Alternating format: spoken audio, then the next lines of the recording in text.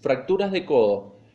Vamos a empezar hablando en este caso de las fracturas del tercio distal del húmero, que ya lo consideramos el complejo articular codo.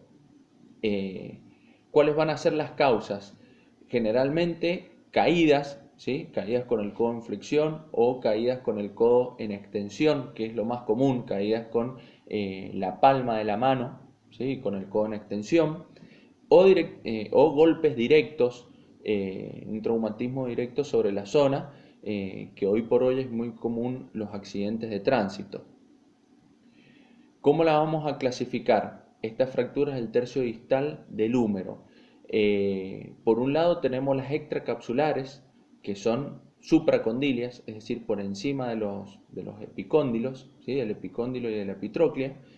Y tenemos las intracapsulares e intercondilias que se llaman, que en este caso son subcondilias, son por debajo de los cóndilos.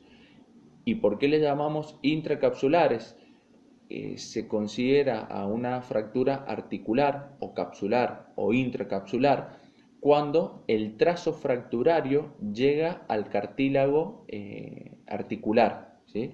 En ese caso la fractura tiene una característica distinta en su evolución a largo plazo, porque siempre que el cartílago se rompe, o sea, una vez que el cartílago se fractura, luego se cicatriza pero no vuelve a ser cartílago, entonces ahí vamos a tener una articulación artrósica el día de mañana. Eso a tenerlo en cuenta nosotros como kinesiólogos, porque es una complicación tardía con la cual vamos a tener que lidiar.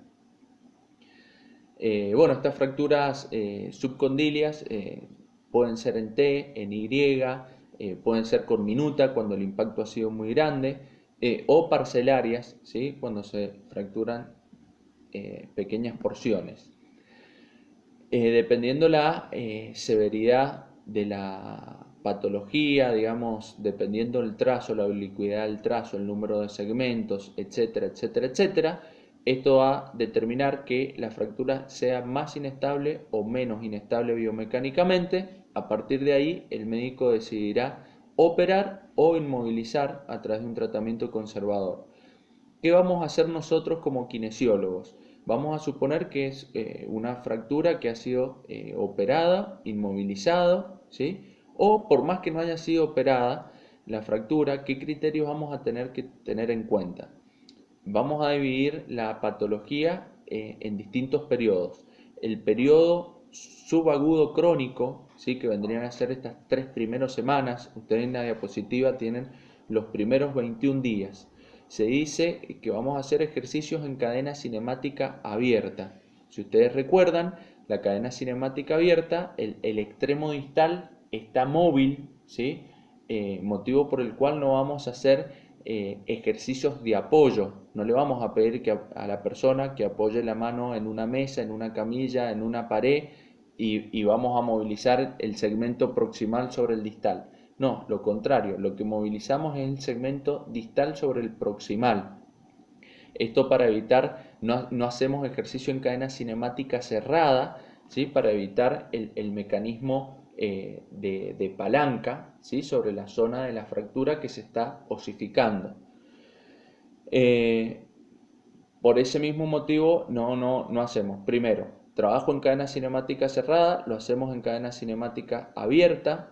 No vamos a forzar la articulación de manera pasiva, tanto para llegar a la extensión como para llegar a la flexión completa, ¿sí? No hacemos ejercicios contra resistencia distal, ni activos ni pasivos, sobre todo en esta primera etapa para darle tiempo al hueso que se vaya cicatrizando. Recuerden que estamos en los primeros 21 días de la lesión. Bueno, obviamente evitar rotaciones y compresión, esto es lo que les decía, no hacer trabajo en cadena cinemática cerrada, ni mucho menos si la persona apoya la mano en algo, hacer movimientos de rotación, ¿sí? Ni gestos de tracción ni de compresión, ¿sí? ¿Qué debemos evaluar siempre? La integridad nerviosa. Recuerden que por codo transcurren importantes elementos vasculares y nerviosos. Esto obviamente lo evalúa el médico, apenas llega la persona con la fractura, lo evalúa después de la cirugía y nosotros como terapeuta debemos evaluarlo durante el tratamiento, ya que las inmovilizaciones con férula o con yeso pueden llegar, y más la inflamación de la zona, más la fibrosis de la zona, pueden llegar a comprimir estructuras neurológicas. Por eso hay que estar atentos a síntomas sensitivos y motores, ¿sí? Bien, vamos a la fase ya más bien crónica, si se quiere, entre las 3 semanas y los 45 días, ¿sí? y el mes y medio, donde las movilizaciones en este caso ya van a ser más amplias, ¿sí? Ya vamos a estar llegando más que nada a los topes articulares, pero evitar siempre la tracción excesiva, ¿sí? Esto queda a criterio del terapeuta, es una precaución que debemos tener.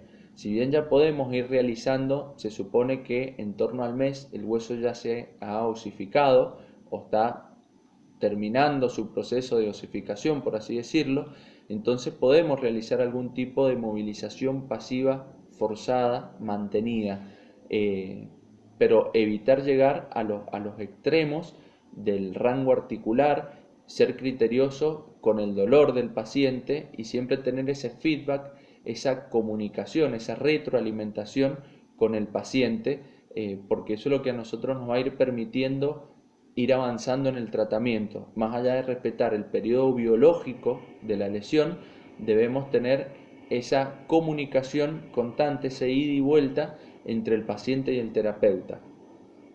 Vamos a hacer masoterapia, ¿sí? Porque en la zona, como les decía, van a haber fibrosis en la zona del surco epitrócleo olecraniano, ¿sí?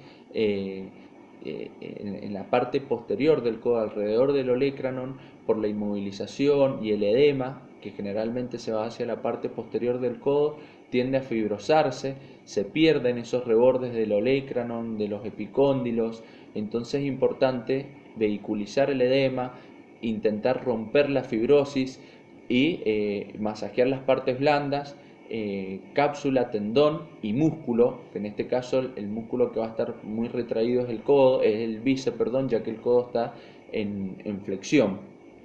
Y ya a esta altura no vamos a hacer ejercicios tan analíticos solo de flexión y extensión de codo, sino que vamos a hacer ejercicios más funcionales. Esto quiere decir que vamos a sumar a las articulaciones adyacentes al movimiento de codo. Vamos a movilizar lo que es hombro, codo, muñeca, antebrazo, escápula, ¿sí? Un gesto más global y más funcional para el paciente.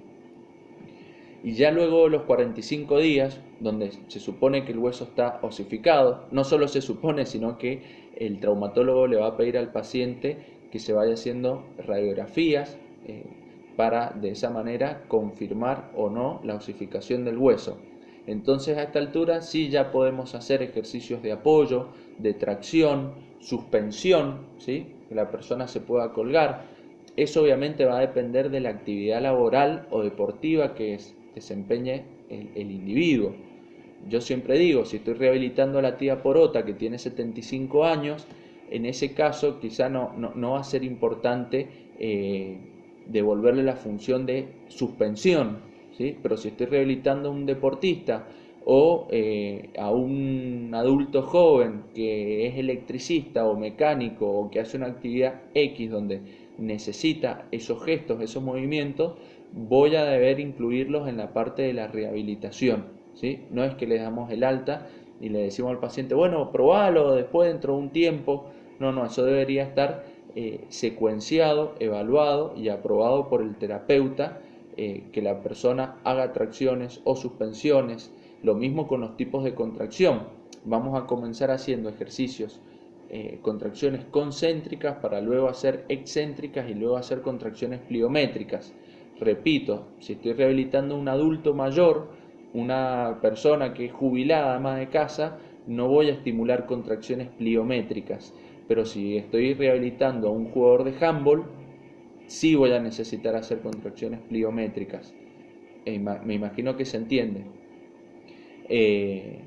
Bien, y terminar incluyendo en las actividades de la vida diaria gestos como apretar, atornillar, desatornillar, tirar, traccionar, etcétera, etcétera. Sobre todo, vuelvo a repetir, si estoy rehabilitando a un mecánico o a un electricista, debería poder atornillar o desatornillar, debería poder tomar un martillo y martillar, ¿sí? Siempre relacionar nuestra rehabilitación no solo con lo biológico, con lo estructural, sino también con lo funcional y lo social, lo laboral y lo económico que tiene que desarrollar nuestro paciente.